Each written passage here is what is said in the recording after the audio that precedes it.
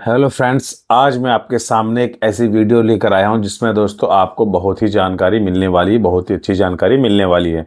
जी हाँ दोस्तों, आज मैं बात करूंगा कि पेनिस में आखिर इरेक्शन आता कैसे है और जाता क्यों है।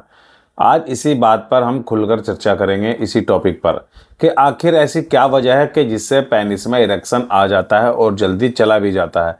यानी कि कुछ पुरुषों में ढीलापन की समस्या हमेशा रह जाती है। इसको कैसे हम बेहतर बना सकते हैं। आखिर ऐसा क्या होता है लिंग के अंदर कि जो इसमें इरेक्शन आ भी जाता है और चला भी जाता है।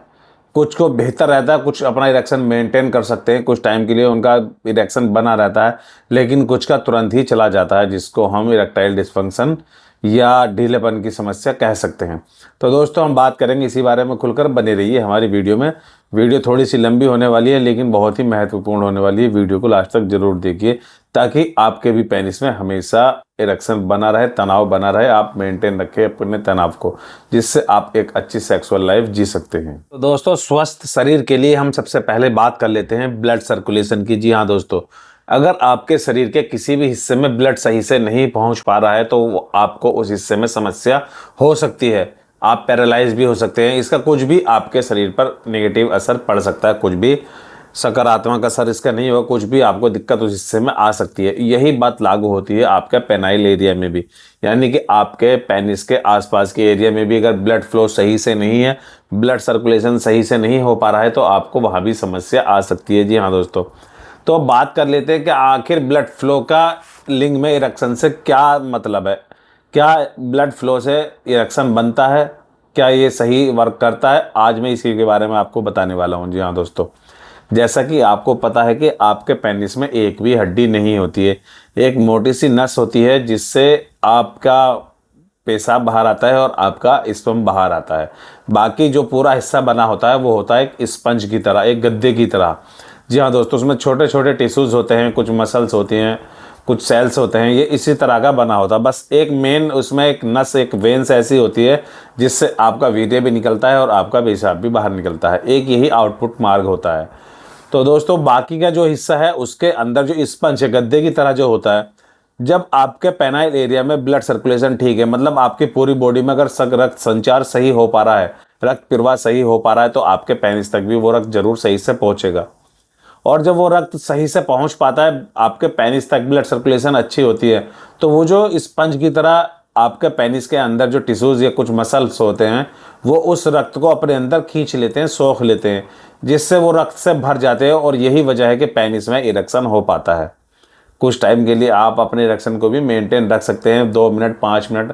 कुछ पुरुषों में ये अलग अलग होता है, कोई 7 मिनट तक भी रोक सकता है। नॉर्मली कि आप इससे अपनी सेक्स लाइफ अच्छे से एंजॉय कर सकते हैं। लेकिन दोस्तों, अगर आपके शरीर में ब्लड सर्कुलेशन ही सही नहीं है, रक्त संचार ही सही नहीं है, तो आपके कोई भी हिस्से में जब शरीर में रक्त नहीं पहुंच पाता है, तो वहाँ कुछ ना कुछ दिक्कत आने लगती है। और यही वजह है, अगर आपके पेनिस तक सही से ब्लड नहीं पहुंच पा रहा है, वो जो स्पंज है वो ब्लड अपने अंदर नहीं ले पा रहा है, तो आपको ढीलेपन की समस्या हो सकती है। आपके लिंग में इरेक्शन की कमी आ सकती है, आप सही से इरेक्शन मेंटेन नहीं कर सकते हो। तो मैं आज आपको कुछ ऐसे ही देसी उपाय बताने वाला हूं जो आप घर बैठी मात्र कुछ ही टाइम में अपनी इस समस्या को दूर कर सकते हैं। दोस्तों, बने रहिए हमारी इस वीडियो में। मैं आपको बताता हूं कि आगे आपको क्या करना चाहिए और क्या नहीं करना चाहिए, जिससे आप अपने ब्लड सर्कुलेशन को बेहतर बना सके, शरीर के सभी हिस्सों में खून की मात्रा सही से पहुंच सके। तो दोस्तों, सबसे पहले बात कर लेते हैं ब्लड फ्लो कैसे होता है, यानी कि इसको और बेहतर कैसे बनाया जा सकता है। जी हाँ दोस्तों, जब ब्लड फ्लो होता है तो आपकी जो नसें होती हैं जिसमें ये ब्लड सर्कुलेशन चलता रहता है, खून बहता रहता है, वो ही अगर आपकी सही नहीं है या कहीं से खुली है, कहीं से बंद है, तो ये ब्लड फ्लो सही से नहीं हो पाता है। तो मैं आपको कुछ ऐसे ही तरीके बताने वाला हूँ जिससे आप अपनी ब्लड वेन्स को और भी ज़्यादा मजबूत और स्वस्थ बना सकते हैं, जिससे आपके पेनिस के में या किसी भी शरीर के कोई भी हिस्से में ब्लड सर्कुलेशन बना रहे, सही से ब्लड वहाँ तक पहुँच पाए। तो सबसे पहले हम बात कर लेते हैं आपके पेनिस की थेरेपी के बारे में। जी हाँ दोस्तों, जैसे आपको रिलैक्स लेने के लिए आपको भी थेरेपी की ज़रूरत पड़ती है, उसी तरह से आपके पेनिस को भी इस चीज़ की ज़रूरत है। अगर हम बात करें इसमें कि आप इसको थेरेपी के तौर पर इसकी गर्म सिकाई कर सकते हैं। जी हाँ दोस्तों, हल्के गुनगुने पानी से आप किसी बोतल या किसी कपड़े में डालकर उससे इसकी सिकाई कर सकते हैं, या कोई गर्म कपड़ा करके अपने पेनिस की और पेनाइल एरिया की पूरे की गर्म सिकाई कर सकते हैं। इससे आपकी ब्लड वेन्स और भी ज़्यादा मजबूत होगी और उनमें कोई भी दिक्कत होगी तो वो भी दूर होगी, जिससे आपका ब्लड सर्कुलेशन अच्छा बना रहे, ब्लड फ्लो सही से हो पाए। और अगर बात करें दोस्तों मसाज की, तो दोस्तों आपकी पेनाइल एरिया और पेनिस की अगर मसाज की जाए तो ये आपके लिए बहुत ही अच्छा होगा। इससे आपको आगे चलकर भी कई इसके फायदे मिलते हैं।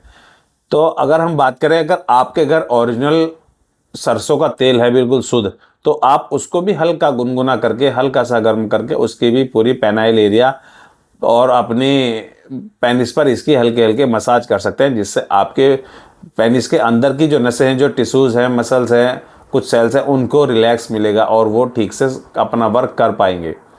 और अगर हम बात कर ले इसी के साथ पुदीने के तेल की, जी हाँ दोस्तों, इसकी मालिश भी करने से आपके पेनिस की सारी जो नसें होती हैं जिसमें ब्लड फ्लो होता है वो सही से काम कर पाती है, उनमें जो पेन होता है, उनमें जो रुकावटें होती हैं वो खत्म हो जाती हैं। और इसमें अगर सबसे बेहतर हम बात करें इसके पेनाइल एरिया की मसाज की, तो आप जैतून का तेल यानी कि ऑलिव ऑयल का इस्तेमाल कर सकते हैं। ये इनमें सबसे बेस्ट माना गया है।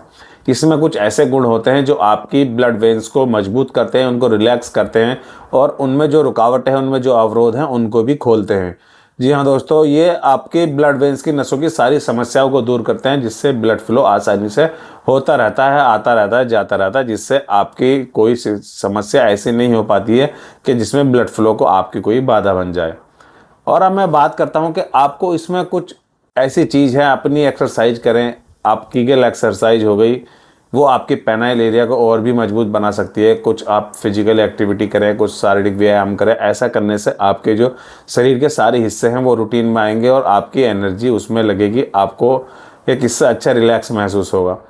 और पर्याप्त मात्रा में आप सोएं, कम से कम आप 5 से 7 घंटे नींद लें, यह भी स्वस्थ शरीर के लिए बहुत ही ज़रूरी है।